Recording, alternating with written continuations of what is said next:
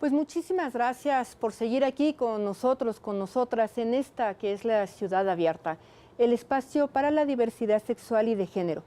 ¿Qué sucede más allá de nuestras fronteras en relación con la comunidad LGBTI?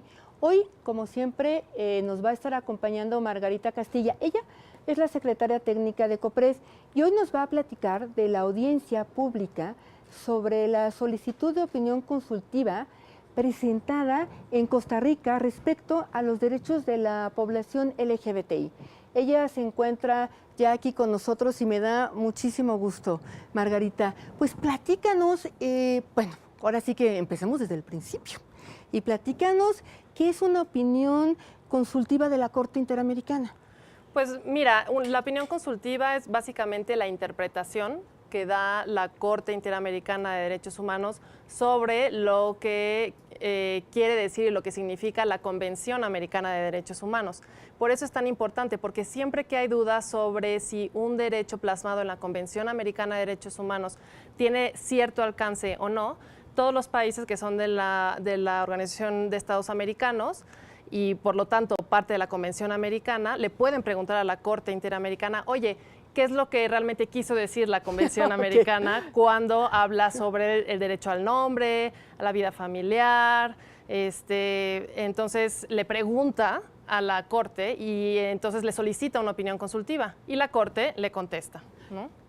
¿Y qué contestó la Corte? Platícanos. Bueno, mira, este ha sido un proceso, esta opinión consultiva en particular, la que hizo el Estado de Costa Rica a la Corte Interamericana, ha sido un proceso muy interesante porque le preguntó primero si era una cuestión, si el que hubiera un cambio de nombre, ¿no?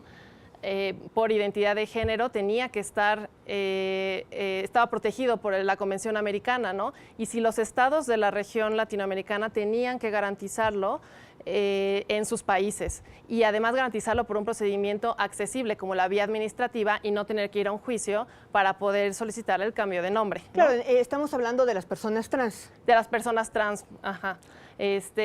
También le preguntó eso, le preguntó también si era necesario garantizar los derechos patrimoniales de las parejas del mismo sexo, derivados, o sea, justo de su unión, ¿no?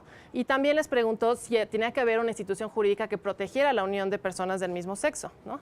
Entonces, Costa Rica le pregunta esto a la Corte Interamericana y le dice, a ver, yo sé que en la región latinoamericana hay países que están muy avanzados en decir que sí son derechos de estas personas y países en los que no reconocen para nada ninguno de estos derechos. Quiero que me digas qué es lo que tiene que haber. Entonces, hay tanto revuelo en la región latinoamericana que organizaciones, 9 países y tal mandan sus opiniones, 43 organizaciones, la academia y tal, que entonces van 2 audiencias de la Corte Interamericana en marzo y en mayo de este año que hablan sobre este tema y ahora están recogiendo todas estas opiniones para consolidar y dar una resolución. Y esa resolución, pues, es importantísima para todos los países. Oye, pero ¿cuál es el estado que guarda la región? Digo, independientemente de la respuesta que se va a dar, ¿en dónde estamos en la región? ¿Qué tan incluyentes somos en ese tema? Pues bueno, en la región latinoamericana todavía hay países que prohíben la homosexualidad, por ejemplo, en Belice, ¿no? Wow. Ese, digamos que sería un ejemplo. Prohíben la homosexualidad. Ajá, ¿no? Y la sancionan, ¿no? Ahora, y tenemos ejemplos que más bien van como por ciudad, porque la materia de familiar y civil pues tiende a ser de las ciudades y no del país. Entonces tiende a haber ciudades como la Ciudad de México, ¿no? En la que hay un reconocimiento de derechos. Todos estos que acabo de comentar que Costa Rica pregunta, pues están satisfechos en la Ciudad de México o, por ejemplo, en Montevideo o en Buenos Aires, ¿no? Oye, ¿y cómo respondió el Estado mexicano?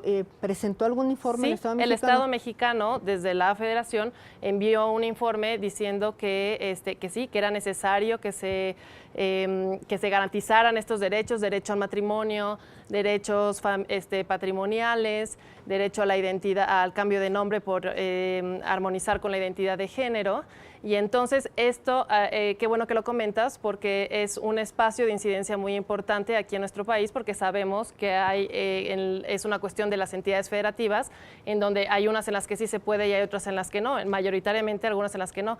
Y entonces se podrá, ya la Suprema Corte de Justicia de la Nación ha impulsado mucho este tema y ha dicho que tiene que garantizarse en todas las entidades federativas, pero ahora que el Estado mexicano ha emitido esta opinión en la Corte Interamericana, pues habrá que darle seguimiento para que sea efectivo, ¿no? Claro, es decir, entonces, ¿y para cuándo estaremos teniendo los resultados? Bueno, pues se prevé que en este año la Corte Interamericana pueda dar la resolución sobre esta opinión consultiva y bueno, entonces como hacia final del año, ¿no?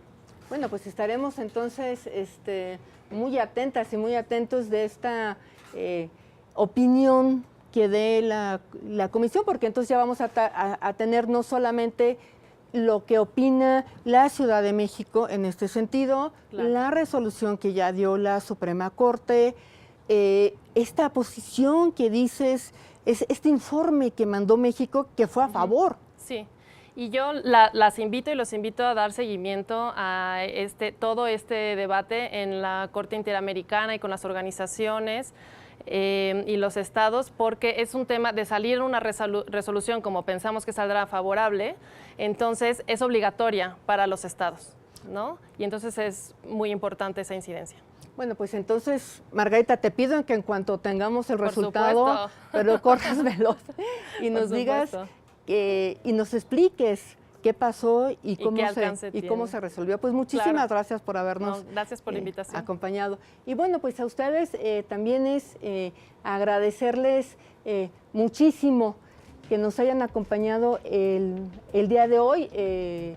Y pues recuerden que nos vemos aquí, que nos vamos a ver aquí el próximo miércoles en punto de las 6 de la tarde y vernos nuevamente en esta que es Ciudad Abierta. Y yo quiero agradecerles como siempre a mis queridos compañeros Yasmín y el doctor Molesque, pues por acompañarnos el día de hoy. Y muy en especial este día a nuestros intérpretes. Muchísimas gracias Noé Romero, muchísimas gracias Erika Ordóñez. Nos hicieron un programa especial, nos hicieron un programa incluyente. Muchísimas gracias a todas, muchísimas gracias a todos. Y nos vemos aquí el próximo miércoles con un nuevo tema en tu Ciudad Abierta. Muchas gracias.